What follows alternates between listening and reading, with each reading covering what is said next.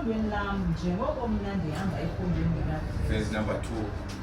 Ndiyanincoma ngokusoloko nindikhumbula. Yes. Nizigcina nezithethe endinike zona. Yes. Kambe ke ndifuna nicacelwe ukuba njengoko uKristu ongamele indoda nganye. Yes. Yindoda eyongamele umkakhe. Yes. Nanjengoko uKristu ongamele uMthixo. Yes. Ngoko ke indoda ethandazayo okanye eshumayelayo enkonzweni ithwele into entloko iyamhlaza uKristu. Verse balo. Verse 4. Funda mtshana verse 4. Verse 4. Yes. Every man who prays or prophesies with his head covered dishonors his head. But every wife who prays or prophesies. Okay. Amen. Now ithi ngokuleyo qala instruction. Indoda ethandazayo okanye iprofeta enkonzweni ithwele enhloko iyamhlaza uKristu. Ngibonga igama lenkosi. That's why ndiye ndimangale ke kule mihla nxa sibona obishop abasebenziswayo vele bethwele laminqoze imibhalo ezicaweni. Uyayazi uba ilahleke impilo indoda ayithwali. Thoze ipakwayo xa uzawuthandaza ungasuka suka enhloko. Ingakholwa nje indoda ingakholwa iyayazi. Nasemngcwabeni iyayazi kwathiwa nje iyasuka umnqwazi. LiBhayibhile iyaziwa nawo umuntu ongakholwa lento. Kodwa namhlanje sibabona besindisiwe bethwele iminqwazi ebomvu ecaweni emikhulu emide ebheke phezulu because kulishiwe ntoni izwi. Lithi izwi lenkosi ke ngoku indoda ethandazayo ishumayele enkonzweni ithwele enhloko ihlaza uKristu. Qhubeleka mina. Kwaye nawuphi na umfazi othandazayo okanye oshumayelayo enkonzweni. Nawuphi na umfazi othandazayo okanye ashumayele. Yes. Engathwele nto enhloko. Engathwalanga nto enhloko. Uyayihlaza indoda yakhe. Uyayihlaza indoda yakhe. Lo mfazi akahlukanga nto kumfazi onenqayi. Lo mfazi akahlukanga nto kumfazi onenqayi. Afika kule verse nasimayo. Amen. Hallelujah. Hallelujah. Ebonakala iba inqayi lena. Hallelujah. Umfazi othandazayo engathwalanga nto. Uyabona ivangeli bazalwane linzulu kakhulu. Ungagqiba ukuthi ndiyibambe ukuthi igqile evesi. Lithi umfazi othandazayo amfrethe engathwalanga nto enhloko uyayihlaza indoda yakhe. Uyafana nqwa nomfazi ongathwala ocheba inqayi. Malibonke igama lenkosi. Asiqhubeleke naso after siyofika. Ukuba akathwali into. Makasuke agugule inhloko ubeka. Uba akathwali into uyafana nomuntu ochebileyo mavela achebe. Malibonke igama lenkosi. Now uba ningabuza nje Simayoli, wena ubuthutshiswa yintoni lento ufuna inqayi? Ngoba uyayivuba le ndaba yenqayi le iyakhathwa lizwi empini obhinqileyo nje. Oh, amen. Amen. Hallelujah. Hallelujah. Why siyenzeka ke mhlawumbe ufumaniseke bazi health issues. Eqonda ngeke kufuneke ndikwazi ukusukuze noko uphinde kulunge phana pha. That means ke uyawuthwala ke ngoku. Malibonke igama lenkosi. Because ezinye izinto uyabona ezinye izinto. Hallelujah. Malibonke igama lenkosi. And yawesi yabona ingaba wesi bewethi Simayoli mhlambe njengoba wena ungomnye wabantu abasebenzayo apha enkonzweni. Ucheba inqayi yakho uyibethe ishayini. Uyibethe uyithambise iglezelina yakho ishayini ithi emveni koko uzoweshipa apha ngaphambili ebandleni. Umuntu ongena phana uzathi akwaziwazi uyahamba. Malibonke igama lenkosi. Now because thina yabona ke le ndaba yokuthwala inendile explanation yamabandla ngamabandla inithi kakhulu. abanye ke abathwali umama because chapter verse number 4 uzayiva. But ke ngokuthina apha enkundleni siyayikhuthaza kakhulu umuntu otshatileyo makathwale. Because why sayiva verse number 7 apha sizoyiva. Yes, qhubele. Njengoba kulihlazo ukuba umuntu obhinqileyo achetywe okanye abe nenkayi. Njengoba kulihlazo ukuba umuntu obhinqileyo achetywe okanye abe nenkayi. Umfazi ke makathwale. Finish. Umfazi makathini? Makathwale. Hayi maxaba sibuyiselwe ngithopi sisemibuzweni sisi. Nawo lo mbuzo uphinde wabuya. Malibonke igama lenkosi. Yabona uba mninzi umuntu ubheke emzini apha ngoba newara abantu. Malibonke igama lenkosi. Abantu banewara ngoba noma uzafune nithwale ngo malibonke igama. Hallelujah. Now lithi ke ngoku kakhulu le verse number 4. Verse 6. Verse 4. Ngoko ke indoda ethandazayo okanye eshumayelayo enkonzweni ithwele into enhloko. Yeah. Iyamhlaza uKristu. Indoda ethwele ithandaza ihlaza uKristu lo ndoda leyo finish. Akunandaba nokuthwele zobudokta nokuthwele zobupostile nokuthwele zobuntu izwi lithi indoda ayithwali ihlaza uKristu. LiBhayibhile lo sibamba lo othi nandaba lokufakele kangakanani xa uthwele ikepisi yakho xa uthwele umnqwazi wakho ubupostile into omnye izwi lithi haleluya indoda ethwele ihlaza uKristu. Uyabona kweza zinto umgebe nokungashumayela kamandi kangakanani izwi litakise kanjani but umbuzo uhlala umibali le ndoda ilazi kanjani izwi ingathwalanga enhloko enkozini ithwele enhloko ishumayela. Malibonke igama lenkosi. Bakuthi ke endawo ivangeli ilakuthala ilasikhulula. 1 Timothy chapter 2. Ivangeli ilakuthala ilasikhulula esonweni ilo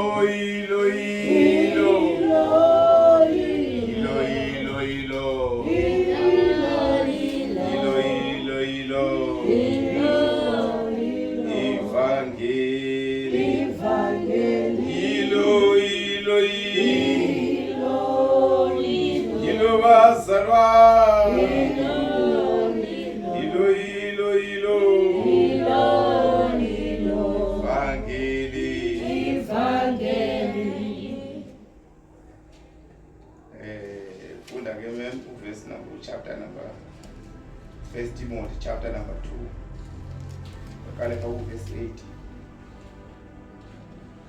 Ngoko ke ngumnqweno wam ukuba imithandazo yenziwe ngamadoda emabandleni onke ethandaza ephakamise izandla ngenjongo ezimsulwa engahambisani neengxabano nomsindo. Abafazi bona mabandluleke bahlule ngesidima bathozabe iinwele bangazihombisi ngokugqithisileyo. Undamtshana banophefule banophethe esilungu. I desire then that in every place the men should pray. Verse number 9. Likewise, also that women should adorn themselves in respectable apparel, with modesty and self-control, not with braided hair and gold or pearls or costly attire.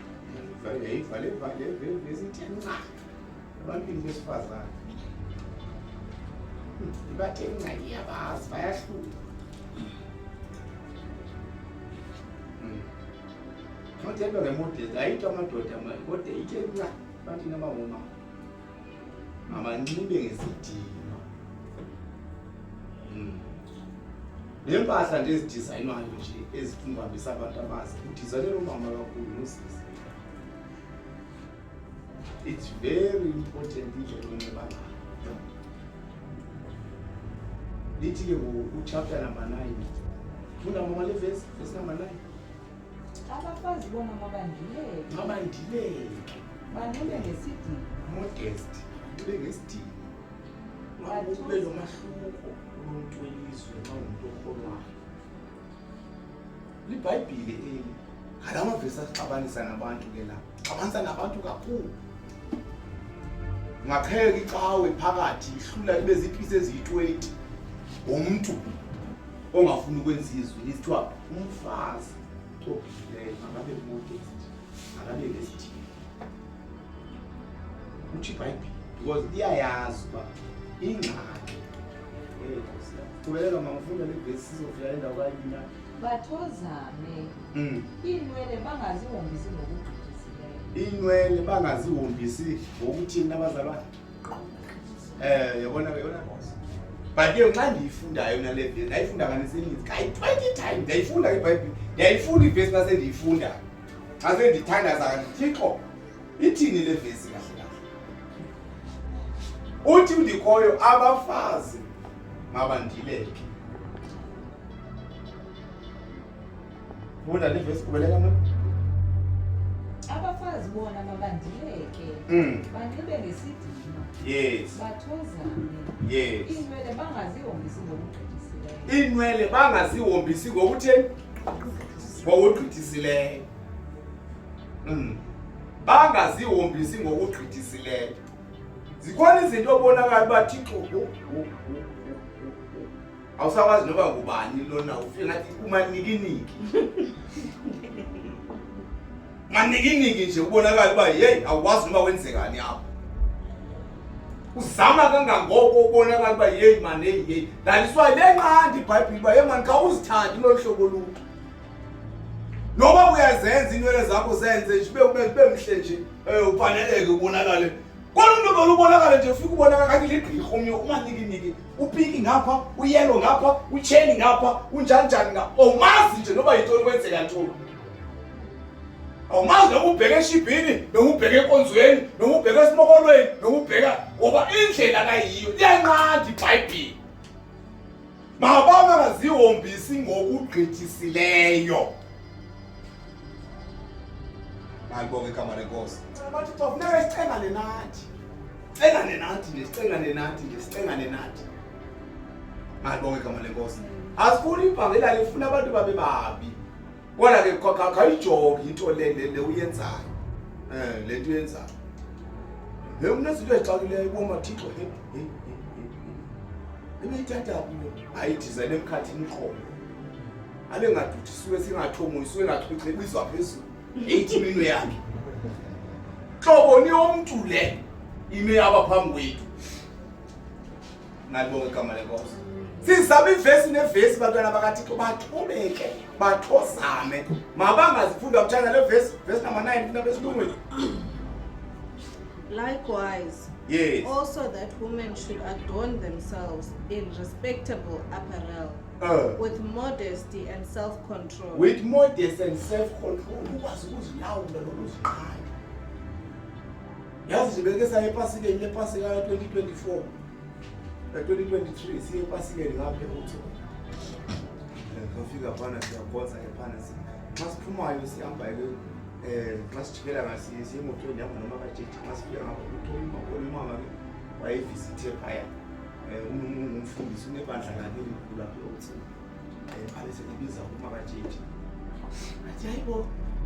Molo first lady. Mama yebo first lady. Begi nje ngathandi. Molo first lady. Hayi la first lady yakho.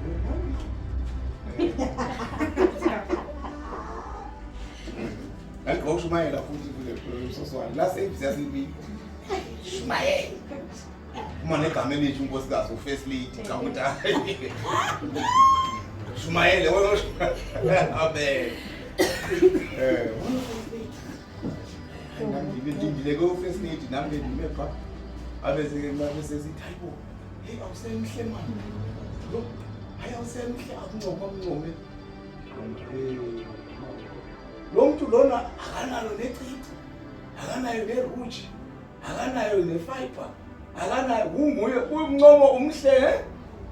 Uthe awusemhle first. Wamncoma nyanda boma lo mama hayi umile nje umncoma ndikhomba hey. Yayibona lento uba awunyanzelekanga sisimayolo uzwe ufake yonke lento lapha emhlabeni. Ube nguwe nje ube neglory kaThixo.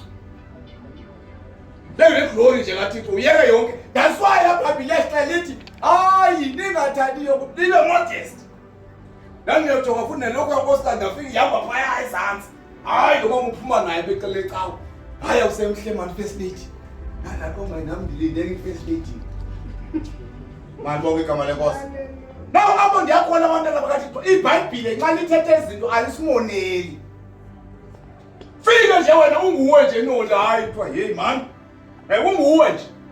Bafikele khona abanye befake ukuthi zabo zabomvu zayele. Zaphephu ezinye zale. Amanye amacici amafitshane amanye made amanye mahane endlebeni amanye mahlana amanye asempumlweni amanye anjanja. Ufike wena kunguwe uthambisa ivasina yawo wena. Thambisa nje ivasina ungazikwenzanga nenye kodwa hey wamhlela umzalwane. iBhayibheli ngeke lisibone obizathi sawubona kanjani singenazo neruja bashiya nezo rujezo. Buza abatshatileyo bafaka yonke into amadoda abashiya ezindlini befaka iruji befaka amacici abashiyabo lezo zinto zabo bezipithe ngebhruke notight benze konke abashiye. iBhayibheli limile lithi makube modest alimoneli mntu.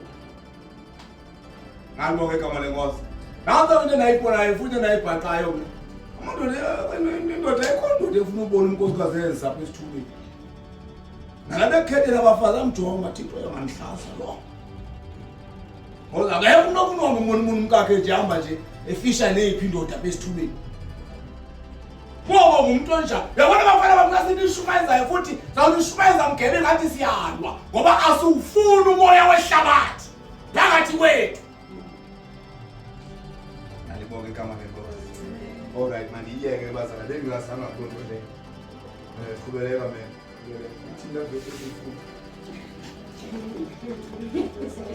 Hayi bazalwane Thixo ndiqala ukuxelela. Yabona. Awu. Ugqoka nje kahle, ugqoka nje kahle. Akekho umuntu osayezamkhulula sethi hayi wayethanda usithi kusisibaba lwakhe. Wayethanda usisibaba xa bethetha eza ukuthi thina sakhulela eziyoni besiyazi thina singamaziyoni yokuba impahla ilokho yomuntu ongatshatanga noko yema apha edolweni. Sitrain eziyoni uba umuntu ongatshatanga nje lokho noko nesiketi siyama apha. Asinaso isiketi esimapha ngesamarhotshes. Yazi saqala saveza amathanga sazapha udayisa ngomzimba lo. Kwani imishini ngaphezulu. Noma ngabonakala ngathi imncoma ilizwe limshaya izandla lithi hey uyababa uyathinthini. Wena unenye imishini. Usisike haleluya. Hana engahleki ukuthi uyababa sana ubaba ntoni. Ubuyizoma abaphambi kwebazi usiqalele uba hayi ngisindisiwe ngoba banana picture yakho. Bebebona unjeya. Malibonke igama lenkosi. Siziphephe into engaphephi yaba sizama ukuzimela. Wangusibabela fika afaka iminiskate engapha emveka WhatsApp etathi umonakala. Kanti umonakala ngayibonga. Angikwazi nokuyiphephe ku WhatsApp ube ku picture status. Oh, hallelujah. Ezinye ngiyaziphepha because asifuna ukubona yonke amanyala lenziwa ngabantu. iBhayibheli abazalwane ibani nesidima.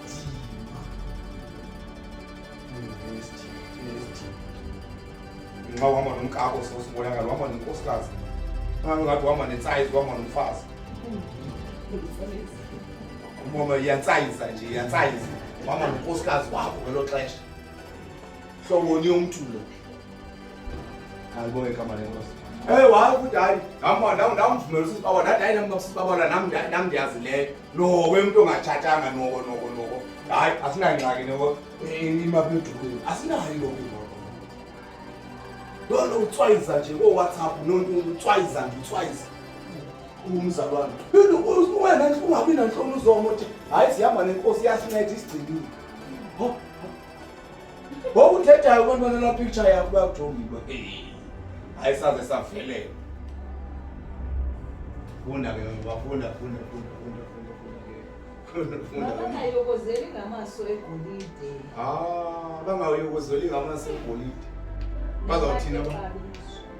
Ukuthi kusisibaba lo ke umuntu ongatshatanga wakuthiwa iziyoni mama. Umuntu etshatileyo noko mayidlulile. Betrain izifo. Icawo zakubafundisa abantu kudala. bafundisa kwangekho nemikhuba engako babenqabile nabantwana abazalwa nje nadum nanjani zathi inkawe zakuvula zaba yile nto eziyiyo wangancedakala imkwavele konakala kanje malibonga igama lenkosi lithi ke ngoku abangayokuzeli ngamasogolini banikizele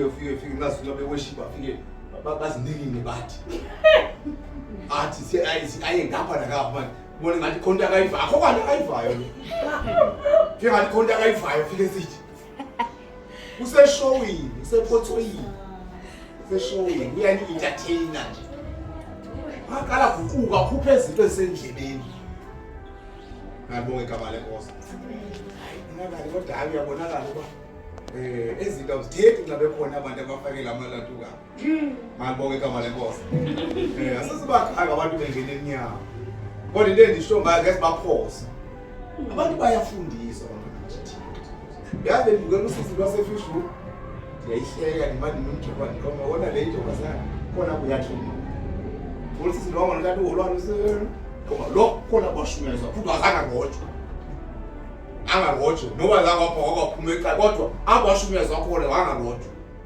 wayena qala ndiyabona lo uba wayengashunyezwa fake mission seyiyo andele fake mission khona ngoku ifake mission yonakele zonakele zonke koficawe zonke uthini utata umzayi eshumayela utata ikwicawe ngcono ngoba ecaweni ufika khona abantu abangafuni ukuphenduka nakweyiphi ngibonga igama lenkosi ndizamazala ningandifika kathi nje ndisebenza amali ukuba bengafuni ukwazi manje noxaba namhlanje befuna sincole nani nibe free for ukubuza izinto enifuna ukuzibuza lithi makangayokuzeli ke ngamaso egolide funda ke bawunduzelise ngelokho ezendleko hey bawunduzelise hayi kodwa nale wayunduzelisa ngayo nkosikazi hayi ngasoyena endle kodwa indle wayincoma ngayo la mama unyanzeleka abantu basize sithenge xaba hayibo ngasasithenga swabini moselo hayi engasomali itheni noma qhoma umthuba yayimali kodwa yabi uyithenga ingenaxabiso litheni uyifake eqini sakho sinexabiso babona abantu ngathi hayi unxiba kobani bani unxiba hayi ungoba ikwithe nguwe mgebe kuthiwa uthenga ufaneleka kangaka uqoma thixo ndiyithathe kwagoyi andi ndiyithathe pepa but because inqitshwe ndim ndinokristu omkhulu ayirhalele bonke abantu balibonke igama lenkosi nana loo nto ke lavezi awunyanzelekanga zesongena ematyaleni sithenge izinto ezidurayo malibonke igama lenkosi yabona mna ndinazo isibona mna ndinesuti ezininzi kodwa ndinayo isuti edura udlula bona xa iprice yesuti zam ngo-2 isuti zam zi-less than 1,000 zi-cheap grade ndinayo isuti e-10,000 ke ndase ndifikile kwenye shop nam ndithe namhlanje ndibonele ngathi ngumntu enemali ndiyothenga isuti e-2,000 ase ndifikile pha ndizayithenga nama ndiyijonga nakhona ndiyazazi isuti apho ndizithenga khona awunyanzelekanga bantwana bakathixo xa basawuze siyozikhandla sizikhandle wawuyinxiba hayi uzathiwa hayi thixo noba uyilande overseas le uyilande overseas beyithatha ematshayineni malibonke igama lenkosi ufunda maqhubezela sesigqibile enye loo nto mababe nemisebenzi emihle efanele amakhosikazi abangayigama lobuKristu mababe nemisebenzi emihle bazayithatha imisebenzi emihle ezolwela besali belukuzolwela amacica ecaweni kuyibona waloo misebenzi emihle hayi futhi ayibonakali hayi siphethe kakubi buyahamba ixesha ngona ngothile xa sifika kweqondo ngona mama wasebeplanini ba uzawuthi ipasi liyafika uthe imisibane imisebenzi emihle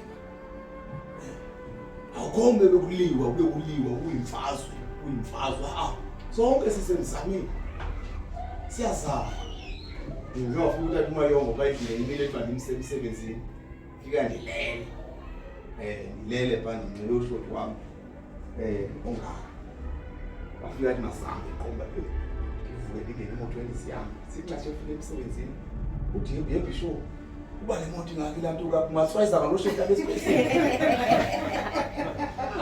ngithathe kwami ndizilalele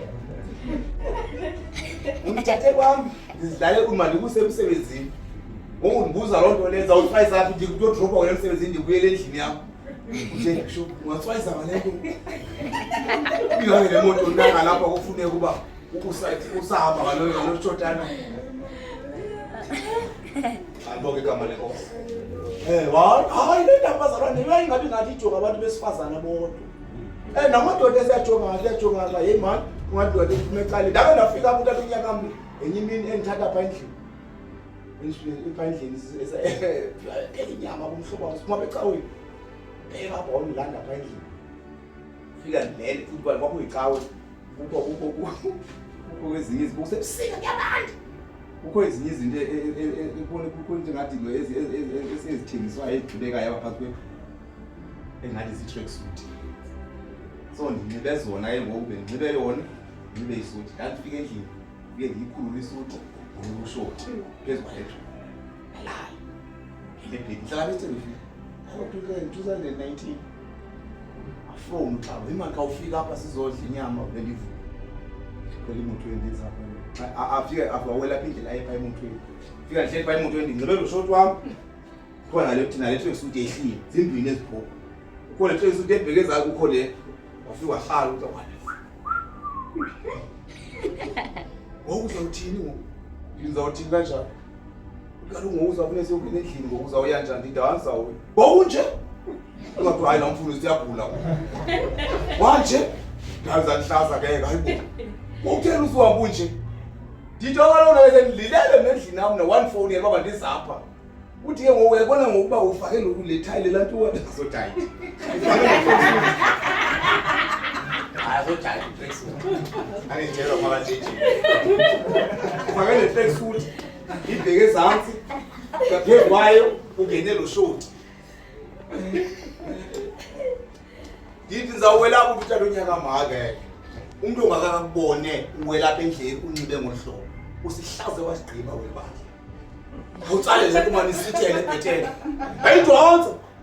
Ayidonsa. Ayidonsa yaza zokutshona la igquma ngalo shoti. Ukushota ngomnye kodwa ugquma ngalo shoti. Ayidonsa naleyo. Nasithele ndawela lazongena apha endlini. Safisadla inyama. Sagqiba phela wena ndawela. Because unyaka unento ethi ngaphakathi ingazelihlaze. Kunento esiyikhuseleyo bazalwane into esingelileyo. And once wangumuntu ongefu hayi, once wangumuntu ongeva hayi, ube ngumqwebethu womuntu kuthiwa hayi uthi ewe. Hayi. Wazi awubanjwa ngaphi wena. Ngiyabonga igama lenkosi. Kuyakhuza bazalwane kuyanqanda. Yabona kuma ngicela nje usizo lesisinde ungitshiyele u2 Corinthians chapter number 4. Ngoba sifunde isithathu. Wena ke ngicela ngifundele pha ku7 Timothy chapter number 3 verse 12 yedwa. Sisida uyachilela yena ku7 Corinthians chapter number 4. Funda ke mimi. Kambe intshutshiso yokufikela nawuphila uKristu ofuna ukuhlala esoyika inkosi. Ngabe bazalwane ufuna niyibambe kahle. Ufuna niyibambe kahle le ndaba. Nawuphi na uMkristu? Funda manje. Kambe intshutshiso yokufikela nawuphila uKristu ofuna ukuhlala esoyika inkosi. Nawuphi na uMkristu ofuna ukuhlala esoyika inkosi yawufikela intshutshiso. Lendi ihlalele lihleli pha inkosi emini namhlanje yangitsha ngijola izinto ezenzeka ngayo. Hayi ma. Nawuphi na uMkristu ozimisela ukukhoza uNkulunkulu kakuhle intshutshiso awujongana nayo. Noma ithe gqingama ke. Ngikushumayezile but yona intshutshiso awujongana. Le into ofuneka uhlala ungaze umlahle uKristu ngenxa yobhidele nomonakalo wayekushumayezile. Akasothixo. Ungaze ulahle uKristu ngoba ujikelwe ngabantu ozalwa nabo. Ungaze uthi ngoba uzondwa zicolleagues zakho emsebenzini ubonakale ngokungathi ungalahle uKristu. Nawuphi na uMkristu? Manje bonke igama lenkosi. Funda le verse man. Kambe intshutshiso yokufikela nawuphi na uKristu ofuna ukuhlala esoyika inkosi. Ofuna ukuhlala esoyika inkosi intshutshiso izawuvela mchana. Xa uqala kanye usidala ngokuthi ndiyamvuthika intshutshiso ithi qi. Because kaloku sijongene nesithu Sathane. Uzama ngandlela yonke yokukuthafisa ungakholwa. ugqilitsho Jesu nawuphi na umKristu yawuhlala imvelele uJesu asewuyayithanda le version That is why a wife ought to have a symbol of authority on her head. that is why a wife yes Because of the angel. because of the angels njengoba silapha zalwane siye sizame kangangoku eyona nto le wena bendithetha Sunday uba uThixo uchukunyiswa kwenziwa kwezilwane eyona nto siyizabalazelayo mpilo sizamiswe yona nto siye sizame leyo sikanganga ukuba sifuna ukwenza izwi likaThixo xa sithe senza singaqondi besingaqondi singangena futhi asezulwini because besingavanga nto but xa sesisazi. That is why how fully like Isaiah, I think chapter 18, chapter 1, verse number 18, chapter 18, verse number 1. Lithuba litena vuma. Now izinto ezilungileyo. Uba litena khakalasa now udliwa likhele. Now xa uvizwe sithobela lo. Mabonke igama lenkosi. And ke futhi ke mina kanti as much as ba siye sicacisa uba bona iqhiya iyasenza isidima empini obhinqileyo. Asifuni ukudibanisa iculture yethu iculture esemahlubeni. Umfazi uyathwala mse culture yethu leyo asishumayile culture asishumayile isu ayibonke igama lenkosi nendithethe into endizakwazi ukuyimela ngathoni Yesu yonke xa ndizawuthi ngoku ndimele into endithi umfazi makathwale enkonzweni uyithatha phi imona kandiyithatha ayibonke igama lenkosi hayi ndidibene nomazibani ngaphaya emall engathwalanga izwi lithe umfazi makathwale phi enkonzweni ndibambe loo nto hayi kade umuntu obhinqileyo ngokweculture nje siyazi makathiwa asishumayeli yona sishumayela izwi ayibonke igama lenkosi sibambe izwi apha ntike abuthi kusiyicacisela ngolu hlobo but sesiyibamba ngolu hlobo esivangayo haleluya futhi verse number 7 kodwa efuna uyicacisa verse number 7 akukho mfuneko yokuba ithwale indoda yes kuba ibonakalisa umfanekiso wesidima sikaThixo yes umfazi ke liqhayiya le ndoda yakhe umfazi yena kwaphunda ufunde le verse number 7 nakwemsha. For a man ought not to cover his head, since he is the image and glory of God. Yes. But woman is the glory of a man. Yes, is the glory of a man. Umfazi liqhayiya le ndoda. Alibonke igama lenkosi. Mama ziyele wazakande wona nifa thule nje ndithetha. Kodwa ngoba usiziphamela uyayifa phaya ngoba sawujika izinto kwathiwa Mrs. Banman sakujonga nxa ungena phaya emnyango uba hayi waze wahlupheka umntana bamadelwa umfazi malibonke igama lenkosi sakujonga sithi lo malibonke igama lenkosi haleluya ngoba izwi libeka nje ngolo hlobo haleluya ngale siyambeni ke manje ukhona umunye umbuzo ukhona ukhona umunye umbuzo ukhona bazama thina wakho sisibili mhlawumbe sizoshumayela sazothikisha ngembuzo esikwazi ukuyiphendula siyiphendule esikwazi esingakwazi ukuyiphendula sihambe siyothandaza ukuze singathethi izinto zethu dayingazi amen thina wakho maxa ufike ixesha eli-right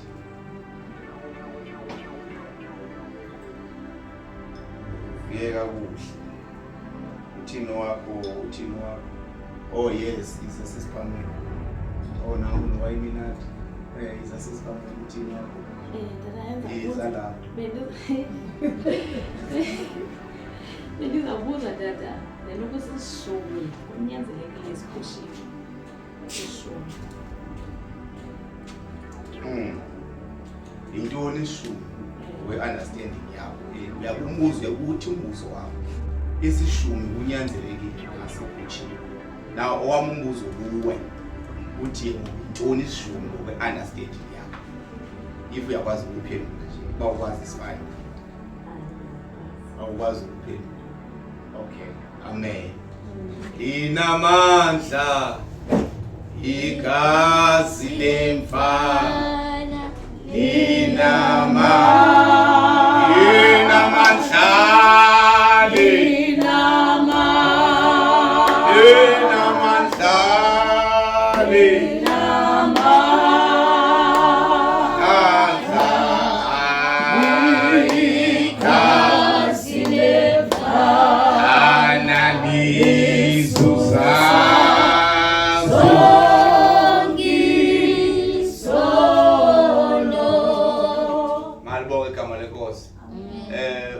sesiphamela uba isishumi kunyanzelekile nasekutshini. Isishumi ke ngokweyami understanding nangendlela esishunyayelwe ngayo u10% wesalary yomuntu ngokwendlela esishunyayelwe ngayo nami ngikhule kwinkonzo yasekhaya sishunyayelwa ngayo nendlela esishunyayelwa ngayo ezicaweni nangoku kuthiwa ngu10% womholo wakho ubuyasebenza uhola i10,000 rand i10% we10,000 imalini imalini ngingakeba mosibecaba ngaphezulu ezishumi yandekhulu masikanti yazirobha mos 1,000 rand yonke lesiyenza ngenyanga thina kwaye sisonke apha sezinto Fani baweka wale force. Xa ube 1,000 rand inyanga nenyanga Thixo singathenga imention welcome. Ngoba kaloku into enzekayo kwezicawe ezi 1,000 rand zikhutshwayo zibhatala umfundisi. Zibhatala isekela umfundisi. Zenzele umama umfundisi appreciation zenze ezinto singazenziyo thina. Nalo igama lenkosi. Nawe ngokukhupha ngoku 1,000 rand u10,000 rand. Uba uhola 20,000 ukhuphe i2,000 rand. Now umbuzo ngoku ufike uthi ke ngoku ofika uxhala ezicaweni. Uba yena njengoba lo ndihola i20,000. Le 20,000 andiyifumani. Ufike kutsala itax, kutsala iUIF, kutsala into imali esizofika kufika i14,000. Ingaba ngoku ndikhupha u10% ku14,000. Kulinet kuleza okanye ndikhupha u10% ku20,000 lo bhalwe ba ndiyamhola kodwa ndimfumana. Uxhomeka ngokulo mfundisi ufundisa apha omnye uzawuthi uzayikhupha wenet funeka uze ne2000 omnye athi hayi bakhupha ule malibonke igama lenkosi. Kodwa ke ngeyami i-understanding malibonke igama lenkosi isishumi yayiyinto eyayikhutshwa malibonke igama lenkosi kwisivuno. Xa ufundisa lenkosi lithi kwakuba khona unyaka wezishumi funda incwadi eDeuteronomy uzayiva into endiyithethayo. Kwakuba khona unyaka wezishumi. That means uyayingakhutshwa inyanga nenyanga because kaloku xa ulinywa kuyalinywa unyaka wonke then ke ngoku ixesha elithile ngokukhutshwa izishumi. Uba ngoku isishumi sakho ufuna ukuyosikhupha eHuman Store ube ulapha eKapa kulithi iBhayibhile ngoku uyazithengisa isishumi sakho ezo zinto ezosithulandukileyo uhambe uye eHuman Store. Xa ufikayo phana ufike uzithenge ube so uyazisa ke ngoku endlini kaThixo. Yindlela bezenziwa ngayo indaba yeshumi. Malibonke igama lenkosi. But ke ngoku eyam i-understanding nendlela endishumayela ngayo isishuma ndishumayela because xa lifundisa lenkosi lithi unikela ngendlela wena ogqibe ngayo enhlizweni yakho. Lithi ke ngoku makungabi kokuphuma kabuhlungu. Ibuyajonga ungajikeleza almost 90% wecawa okanye 95 wecawa. Zonke abantu abakhupha ishuma zikhupha beshwabuka. Bethi mabayidle mabayithathe. Bona ngoku sebeyicenge nje babakwazi ukukhonza because uba awusibhatali ishumi one awukwazi nokuphatha imic yalapha. Uba ngumuntu o-isolated because kuthiwa awukholwa ulisela kungena abantu beseba bexoka bethakatha bebula bafike bathathele phezulu because babhatala ntoni ishumi. Now ndahamba lento esishumi ngoku yabonakalisa uba malibonke igama lenkosi. Lithi iBhayibhile ke wena unikela ngogqibe ngakho enhlizweni yakho. Xa ufunda uverse number 6 kwala chapter lithi ke ngoku onikela ngokuvimba okanye ohlwayela ngoku yawuvuna inswelo yodwa. Because abazali abaninzi bathi bakufika kula verse eqonda hayi hayi kwanza decide leba ndiqhile nge10 rand. Udlule nge10 rand kodwa uze ne5000 emsebenzini. Uzikhatha wena. Udlule nge200 rand kodwa uze ne10000 uzikhatha wena. Because kaloku lento ufike uyenze uchwayitile futhi ungayenzi noba enye into yabona icawe nje bazinemali kangaka. Yezinemali icawe. That is why no keyboard player uthe ngena nje eqolo bayaxoxa bazayikhupha befundise imali bayithi because bayayazi icawe zinemali ngoba bayaforced abantu ukuba makhupha imali ezicaweni. Uba awuveli la mali eshumi, uba awuveli la mali eshumi, wena kodwa yakho lo cawe. Yebo no uhlaliswa awungqini nongqini. Uphatha imarketing ngathi. Ubonakala nje njengomuntu ongumoni kakhulu. But thina sishumayelizwe. Abantu babe nesazelo esiphile ba decide bathixo. Kaloku mina ndingumntwana kathi sishumayeza abantu thina bebehambe zangumini. Bebesuke emagqirhe bebhatala imali ezitshisiweyo. Bebhatala ama 20,000, bebhatala ama 15,000. Sayengazi umzalwane ngokwahlule yi500 rand. Endlini kathi le yonikela ngayo. Ndingaqhutshwa umuntu. Bathi icawe zababoni bakwewu. Yabona ngomali abanye abazali bayithatha kakhulu lapho esethi okwenziwa sesandla mangabonwa ngoyisenziwa sesi. Nditsho nyana isizwe yayithi utshintshe. Yawo ibambelela qomba hlela kodwa uzanibona ngoba eyenziwa sesi wengabonwa sesi. Haleluya. So abo ndiyakhola ke sisiphamela ke ishumi ngokwehlobo lalikhutshwa ngalo sasikhutshwa ngolo hlobo. Now xa ufunda ke ngoku ufunda uMalaki chapter number 3 uzasifuna indaba eshumi pha uzafika beChristi ke ngoku. Haleluya. Hayi manje iyeke yathi ngicakesile. Hayi alikho izulu kangangeni ngoba xa ungakhuphi ishumi sisi. Ungena ubhabha thwe ezulwini. Awuthenga izulu ngemali. Izulu alithengwa ngamali. Mali bonke igama lenkosi. Haleluya. Masiqhubeleke bazalwane. Uthini ke uthini wakho umuzo ke mntana?